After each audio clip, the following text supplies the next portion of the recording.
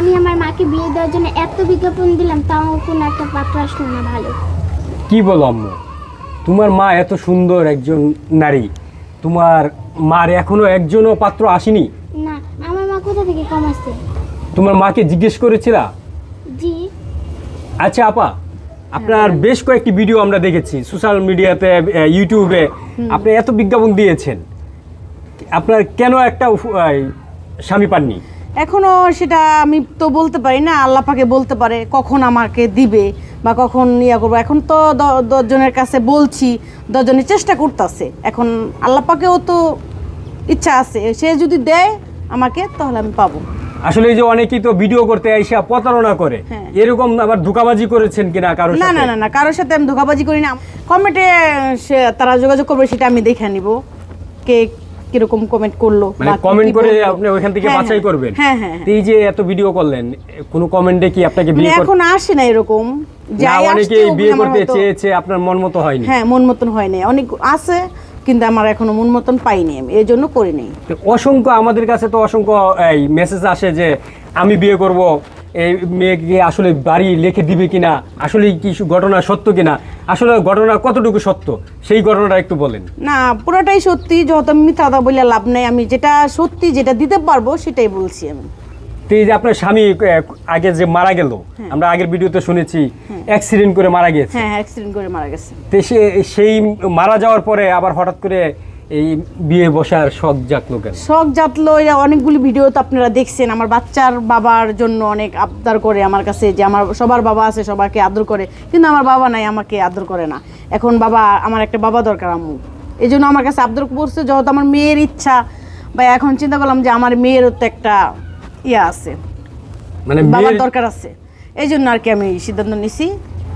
সেজন্য আপনি সিদ্ধান্ত নিয়েছেন? হ্যাঁ। এই যে এত ভিডিও করার পরে একটা ফোনও আসেনি? হ্যাঁ, আসছে অনেকগুলি, দেখা যায় আমার মানে কথার সাথে মিল হয় নাই, এই জন্য আমি এখনো করিনি। তো এই বিয়েটা কি আপনি নিজে নিজেই বসবেন না আপনার কোনো গার্জিয়ান? না, আমার ফ্যামিলিগতই হবে, আমার ভাই বোন, হ্যাঁ ফ্যামিলিগতই হবে, আমি একা একা করতে চাই না। আপনার এলাকাতে কি কোনো ছেলেরা অফার দেয়নি? হ্যাঁ দিছে, কিন্তু আমার হয়তো পছন্দ হয় নাই, তারা অন্যরকম। এই জন্য আমি চাই 5 ওয়াক্ত নামাজ যারা পড়বো, মানে আমি চাই এরকম যে আমার 5 ওয়াক্ত নামাজ পড়াইবো, বা সেও ফরজদারি করবো, আমিও করবো, মানে এরকম চাইতাছি। কারণ আমি তো আর বেশি দিন বাঁচবো না, আমার বয়স তো প্রায় অনেক হয়ে গেছে। আপনি তো এখনো ইয়াং, আপনি বেশি দিন বাঁচবেন না, আপনি কি বৃদ্ধ হয়ে গেছেন? না, আমি তো যেহেতু আমার 30-35 বছর হয়ে গেছে, আমি এখনো ওরকম আরও সময় আমি নাও বাঁচতে পারি, কারণ আমার তো বয়স তো প্রায় অনেক হয়ে গেছে। এই জন্য আর কি দেখা যায় আমি এখন 5 ওয়াক্ত নামাজ পড়তে চাই, আমি পর্দা করতে চাই, এই জন্য ওরকম দরকার আমার। আপনি কি নামাজ পড়েন? হ্যাঁ পড়ি। 5 ওয়াক্ত নামাজ পড়েন? হ্যাঁ 5 ওয়াক্ত পড়ি, দেখা যায় অনেক সময় ক্ষেত্রে পড়তে পারি না। মানে এখন থেকে যে যাকে বিয়ে করবে চেষ্টা করতেছি যে পুরো 5 ওয়াক্ত নামাজ পড়ার জন্য এখন চেষ্টা করতেছি। হ্যাঁ হ্যাঁ, ওরকমই জানি আমি পাই। আসলে বিয়ের নামে প্রতারণা করবেন না তো? না না না, কোনো প্রতারণা না। এখানে যদি আমি প্রতারণা করতাম তাহলে আমার ফ্যামিলিগত আমি করতে চাইতাম না, এমনকি আমার একটা বাচ্চা আছে, বাচ্চাকেও আমি দেখাইতাম না। প্রতারণা যদি করতে চাইতাম। আসলে দর্শক, এটাও একটা বাস্তব ঘটনা, আমরা যে দেখেছি যারা বিয়ে বসতে চায় অনেকেই প্রতারণা করে, কিন্তু সে তো একটা ফ্যামিলির মাধ্যমে বিয়ে করতে চাচ্ছে এবং সাথে তার মেয়েটাও আছে, যেহেতু তার একজন বাবা দরকার, সেই জায়গা থেকেই কিন্তু বিয়ে বসতে চায়। আচ্ছা আপা, আপনি কি ধরনের স্বামী ছেলে পেলে বিয়ে করবেন? এখন আমি তো এর আগে বলছি, কিন্তু আমি চাই যে ছোটোখাটো ব্যবসা হোক বা চাকরিজীবী হোক, সমস্যা নাই, কিন্তু আমার অত বেশি উঁচুরে বেরোনোর দরকার নেই, নিচে বেরোনোর দরকার নেই, আমার চলার মতো হলেই চলে। চলার মতো হলেই হোক। হ্যাঁ হ্যাঁ। তা আপনি তো এই যে একটা সম্পত্তি দিবেন, যেহেতু আপনার একটা সম্পত্তি আছে ঢাকা শহরের মতো জায়গা, তো সেই জায়গায় তো আপনি একটা ভালো ছেলে আশাই করতে পারেন। হ্যাঁ হ্যাঁ। তাহলে আপনি কেন এত ছোট মানে আমি অত উচ্চের চাইতেছি, আমার বাড়িঘর আছে, তারও থাকবো, কিন্তু সে চাকরিজীবী করবো বা ছোটখাটো ব্যবসা করবো, তাতেই হবে, বেশি দরকার নেই আমার। যদি প্রবাস থেকে কেউ বিয়ে করতে চায়, সেই প্রবাসী ছেলেদেরকে কি আপনি? প্রবাসী ছেলেরা বলতে ওখানে যদি তারা প্রবাসে থাকে বা আসে যায় তাহলে হবে না, যদি একবার চলে আসে তাহলে আমি আসি। কখনো কি প্রেম করছেন? হ্যাঁ, প্রেম আমার প্রথম হাজবেন্ড তো প্রেম করেই বিয়ে হয়েছে আমাদের, রিলেশন করে। এখন আমি রিলেশন করতে চাই না, এখন ডাইরেক্টলি আমি পছন্দ, আমাকে পছন্দ করবে আমার গার্জিয়ান হিসাবে, ফ্যামিলিগত আমি করতে চাই, এখন আর একলা কিছু করতে চাই না। আপনার স্বামী তো অনেক দিন হলো মারা গেছে, হ্যাঁ, তারপরে কারোর সাথে কি আপনার রিলেশন হয়েছে? না, আমার কোনো রিলেশন আমি করিনি। আমার বাচ্চাটারে মানুষ করছি, এত বড় করছি, ওর পাশেই মনে করেন অনেক সময় দেওয়া হয়েছে, এই জন্য আমার সময় ওরকমভাবে ইয়া হয়নি আমার কারোর সাথে। মানে বাচ্চার মুখের দিকে তাকিয়ে? হ্যাঁ, মানে বাচ্চার মুখের দিকে তাকায় আমি কখনো বিয়ে করতে চাইনি, কিন্তু এখন তাও সিদ্ধান্ত নিয়েছি একমাত্র আমার বাচ্চার কারণে তার একটা বাবা লাগবে। আবদার করছে, এখন সে কান্নাকাটি করে একটা বাবার দরকার আমার। আসলে কি সেই বাবা তাকে কি মেনে নিবে কিনা, আবার